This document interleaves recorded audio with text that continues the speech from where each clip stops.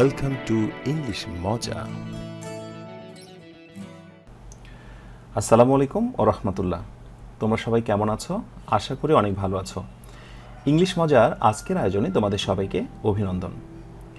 হাজির হয়ে গেলাম অ্যাডমিশন ইংলিশ 2019-এর আরও একটি নতুন আয়োজনে, নতুন লেকচারে। আজকের লেকচার হচ্ছে 21 নাম্বার। হ্যাঁ, তোমরা মাস্টার প্ল্যান 2 দেখতে পাচ্ছ, যার 11 নাম্বার এটা আয়োজন, 11 নাম্বার লেসন প্যারালালিজম। আমি আজকে প্যারালালিজম নিয়ে কথা বলবো। আরেকটি লেসন থাকছে আমাদের, সেটি হচ্ছে সেন্টেন্স কারেকশন। মাস্টার প্ল্যান 2 থেকে সেন্টেন্স কারেকশন। তো তোমরা অনেকেই হয়তো বা মনে করতেই পারো যে স্যার আসলে মাস্টার প্ল্যান 1 তো শেষ হলো, 2 তো শেষ হলো, তো এরপরে কি আর কোনো মাস্টার প্ল্যান দেবেন?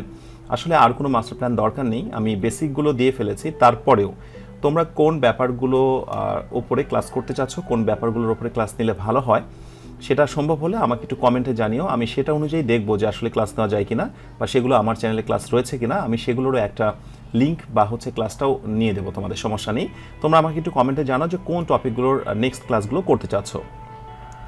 আচ্ছা, এরপরে যে ব্যাপারটি বলবো, তোমরা প্রচুর পরিমাণে আমাকে রিকোয়েস্ট করছো যে স্যার ঢাকা বিশ্ববিদ্যালয়ের রাইটিং পার্ট অ্যাড হয়েছে, রিটেন হবে, এবং সেটা তো তোমরা জেনেই গেছো যে ইংলিশ ফার্স্ট পেপার থেকে কোয়েশ্চেনগুলো হবে, বাট কিভাবে হবে তোমরা এটা জানো না। প্রচুর পরিমাণে আমাকে রিকোয়েস্ট করছো। আমিও বারবারই সেটা তোমাদেরকে বোঝানোর চেষ্টা করছিলাম যে একটু ওয়েট করো, আমি মাস্টার প্ল্যান 2টা শেষ করেই একেবারে রিটেন পার্টের ফুল সাপোর্ট নিয়ে হাজির হয়ে যাব। তোমরা যারা আমাকে বিশ্বাস করো, এই বিশ্বাসটুকু রাখতে পারো যে ইনশাআল্লাহ, আল্লাহ যদি চায়, রিটেন পার্টের ফুল সাপোর্টটা তোমরা আমার চ্যানেল থেকে পেয়ে যাবে। সেই জন্য আর 2-3 দিন ওয়েট করো। তো এই হচ্ছে রিটেন পার্ট নিয়ে কথা, আর ধৈর্য ধরার ব্যাপার। আরেকটি নিউজ রয়েছে, সেটি হচ্ছে খুব শীঘ্রই, এই তো 3-4 দিন বা 2-4 দিন পর থেকেই প্রচুর পরিমাণে মডেল টেস্ট শুরু হবে। সেটা মানবিকের জন্য আলাদা হবে, তারপরে বিজ্ঞান বিভাগের জন্য, তারপরে বাণিজ্য বিভাগ, সবার জন্য আলাদা করে মডেল টেস্ট হবে, এবং কম্বাইন্ড মডেল টেস্টও হবে। তো সেই মডেল টেস্টগুলো দিলেও তোমরা বুঝতে পারবে নিজেদের প্রস্তুতির পরিমাণটা বা কী অবস্থা রয়েছে তোমরা। তো চলো শুরু করি আজকের লেসন, প্যারালেলিজম। এই হচ্ছে প্যারালেলিজম। তো প্যারালেলিজম, যার বাংলা অর্থ হচ্ছে সমান্তরাল, সমান সমান। ঠিক আছে, সমান সমান না হলে কিন্তু কোনো কিছুই লাস্টিং করে না, সৌন্দর্য বা সুন্দর দেখায় না, এটসেট্রা। সো প্যারালাল একটা গুরুত্বপূর্ণ ফ্যাক্ট। তো এই প্যারালাল নিয়ে কথা বলবো। আর প্যারালালের ক্ষেত্রে একটা বিষয় তোমাকে মাথায় রাখতে হবে, সেটি হচ্ছে কিছু শব্দ, ফ্যান্স বয়, যেগুলোকে আমি ফান করে বলতে পারি ফ্যান্স বয়।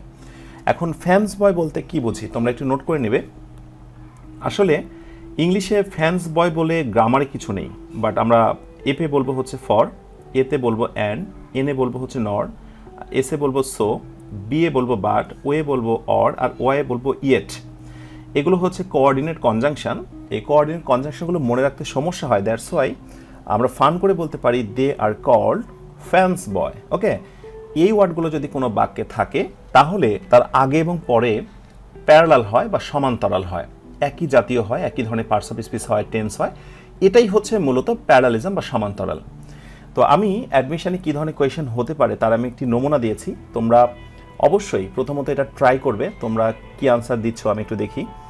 এই যে কোয়েশ্চেনটা এমসিকিউ, সেখানে বলা হচ্ছে চুজ দ্য কারেক্ট আনসার, সঠিক আনসারটি খুঁজে বের করো। অপশান এ কি তোমার কাছে রাইট মনে হচ্ছে, যে I like to watch and to describe the real incident? Option B, I avoid gossiping and sit aimlessly? Option C, she is talented but laziness? Option D, seeing is to believe? কি মনে হয় তোমার এখানে right answer কোনটা? তোমাদের জন্য আমি 10 seconds সময় দিচ্ছি, তোমরা একটু ট্রাই করো।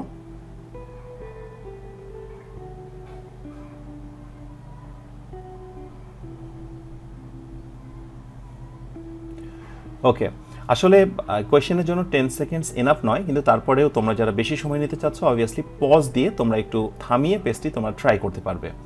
তো রাইট আনসারটা এবার নিয়ে নাও, এবং ওই আনসারটি কেন হলো সেটাও আমি বলে দিচ্ছি, আর বাকিগুলো কেন হচ্ছে না আমি সেটাও বলছি। এখানে রাইট উত্তর হচ্ছে এ নাম্বারটা। I like to watch and to see to describe the real incident. A নাম্বারটা হচ্ছে রাইট, বাট হোয়াই? আসলে ওই যে ফ্যান্স বয়ের কথা বললাম, অ্যান্ড বাট অর, এই যে দেখো অ্যান্ড আছে, অ্যান্ডের আগেও যা হবে অ্যান্ডের পরেও কিন্তু তাই হবে। অ্যান্ডের আগে কি আছে দেখো, টু ওয়াজ ইনফিনিটিভ, তাহলে অ্যান্ডের পরেও কিন্তু হবে infinitive, to watch and to describe. Okay, that's why A নাম্বারটা রাইট। আর বি নাম্বার, সি এবং ডি নাম্বারগুলো রাইট কেন নয়, চলো সেগুলো আমরা একটু দেখি। আই অ্যাভয়েড গসিপিং, অ্যাভয়েডের পরে নর্মালি কিন্তু তোমার জেরান্ড হয়, ভার্বের সঙ্গে আইএনজি করতে হয়। তো অ্যান্ডের আগে যেহেতু আইএনজি হয়েছে, তাহলে অ্যান্ডের পরেও তোমাকে অবশ্যই আইএনজি করতে হবে। তার মানে এখানে সিট না হয়ে হওয়ার কথা ছিল সিটিং, দ্যাটস এটা ভুল। See number, she is talented but laziness.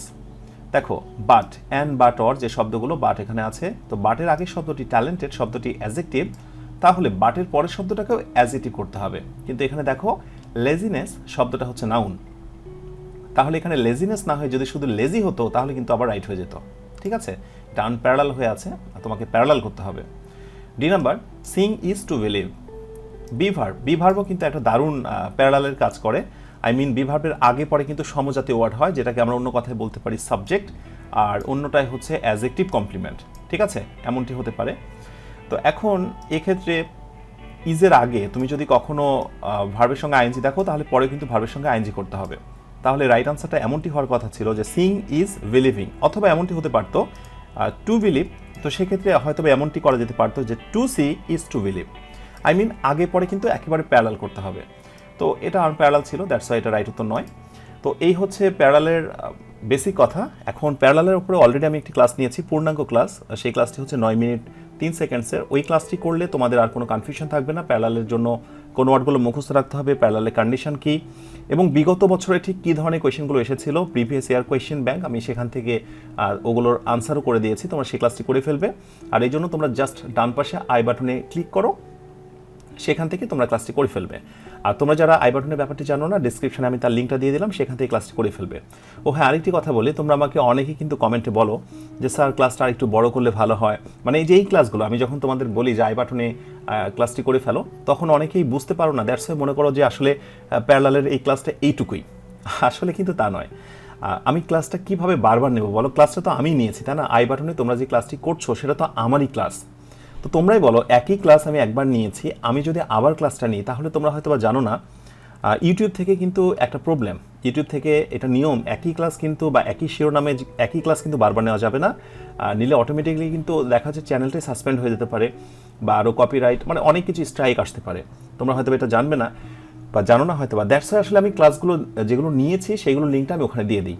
তো যারা আসলে আই বাটনের ব্যাপারটি জানো না, সিম্পলি কিছু না, তোমার মোবাইলে দেখো, তুমি যেখানে ভিউ করছো তার ডান পাশে একটা আই মানে বৃত্তের ভেতরে একটা আই চিহ্ন আছে, সেখানে তুমি ক্লিক করো, দেখবে আমার একটা ক্লাস রয়েছে, তুমি সেইখানে ক্লিক করলে তো অটোমেটিকলি ক্লাসটা পেয়ে যাবে, তাই না? তো এইটুকুই বলার ছিল। তো এই হচ্ছে প্যারালাল ক্লাস। তোমরা যারা এই মুহূর্তে ক্লাসটি করলে, অবভিয়াসলি আমি চাইবো যে একটা লাইক বাটনে হিট করো। আর তোমরা যারা আই বাটন থেকে পুরো ক্লাসটি করছো, অবশ্যই ওই ক্লাসটির নিচে একটা কমেন্ট করবে। এটুকুই বলার। তোমরা সবাই অনেক ভালো থাকো আর প্রস্তুত থাকো, খুব শীঘ্রই হাজির হয়ে যাচ্ছি রিটেন পার্টের ফুল সাপোর্ট নিয়ে। তোমাদের আগামীর প্রত্যাশা হোক তোমাদের ইংলিশ মজার সঙ্গেই, তোমাদের আশা পূরণ হোক ইংলিশ মজাকে নিয়ে। তোমরা সবাই নিজেরা ভালো থেকো আর অন্যকে ভালো রেখো। আসসালামু আলাইকুম ওয়া রাহমাতুল্লাহ।